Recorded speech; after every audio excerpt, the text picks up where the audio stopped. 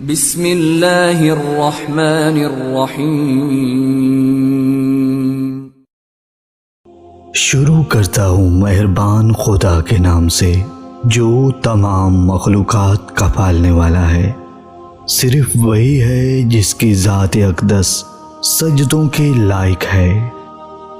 حضرت محمد صلی اللہ علیہ وآلہ وسلم نے فرمایا، اے مسلمانوں، محشر کے دن میری شفاعت سے وہ شخص ضرور کامیاب ہوگا جس نے سچے دل سے لا الہ الا اللہ محمد رسول اللہ کا اقرار کیا اور دین حق پر قائم رہا۔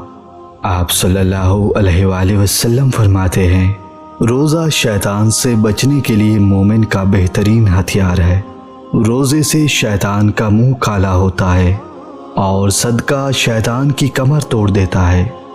استغفار سے اس کی رگیں حیات کٹتی ہے اور اللہ تعالیٰ کی محبت اور عمل صالح سے اس کی جڑیں اکھڑ جاتی ہیں۔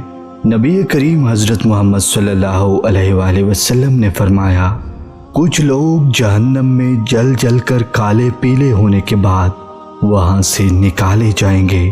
جب جنت میں داخل ہوں گے تو اہل جنت انہیں جہنمیوں کے نام سے پکاریں گے، کیونکہ ان کی گردنوں پہ ان کے نام آزاد کردہ لکھے ہوں گے۔ پھر وہ اللہ تعالیٰ سے دعا کریں گے تو یہ نام بھی مٹا دیے جائیں گے۔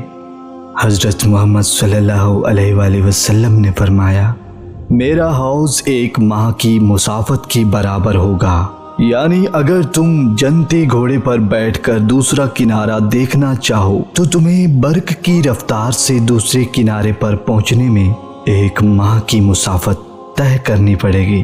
اس کا پانی شہد سے زیادہ میٹھا، دودھ سے زیادہ سفید اور اس کی خوشبو مشک سے زیادہ تیز ہوگی۔ اس پر آسمانی ستاروں کی طرح جام رکھے ہوں گے۔ جس نے ایک دفعہ اس میں سے پانی پی لیا تو وہ پھر کبھی پیاسا نہیں ہوگا۔